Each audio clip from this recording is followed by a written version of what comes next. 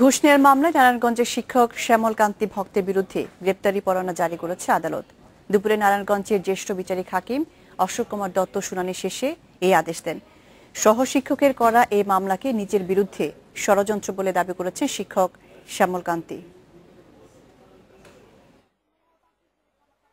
মামলার অভিযোগে বলা হয়, বন্দর উপজেলার পিয়ার সাট্টার লতিফ উচ্চ বিদ্যালয়ের ইংরেজির শিক্ষক মোর্শেদা বেগমকে এমপিওভুক্ত করার আশ্বাস দিয়ে ৩ দফায় ১,৬০,০০০ টাকা ঘুষ নেন প্রধান শিক্ষক শ্যামল কান্তি।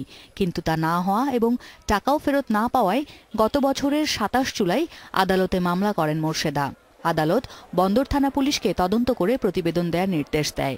গত ১৭ এপ্রিল শ্যামল কান্তি ভক্তকে অভিযুক্ত করে আদালতে তদন্ত প্রতিবেদন দেয় পুলিশ, আর তা আমলে নিয়ে শ্যামল কান্তি ভক্তের বিরুদ্ধে গ্রেপ্তারি পরোয়ানা জারি করেছে আদালত। তার বিরুদ্ধে ঘুষের ধারা এবং আত্মসাতের ধারা দুইটা ধারাই প্রমাণিত হওয়ায় আদালত সন্তুষ্ট হইয়া তার বিরুদ্ধে ওয়ারেন্ট ইস্যু করে।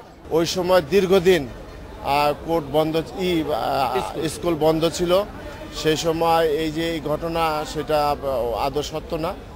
আর এখন যেহেতু তার বিরুদ্ধে গ্রেপ্তারি পরোয়ানা জারি হয়েছে, এখন আমরা এই বিষয়টা নিয়ে আইনি লড়াই আমরা করব। তবে ঘুষ নেওয়ার অভিযোগে এই মামলাকে উদ্দেশ্যমূলক বলে দাবি করেন শ্যামল কান্তি।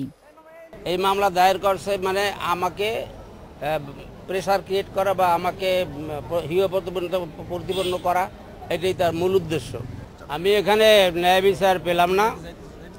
একজন প্রভাবশালী ব্যক্তির কারণে আমাকে এভাবে ফাঁসানো হয়েছে এবং এটা ছিল সম্পূর্ণ পূর্ব পরিকল্পিত। খুব শিগগিরই শ্যামল আদালতে আত্মসমর্পণ করবেন বলে জানিয়েছেন তার আইনজীবী।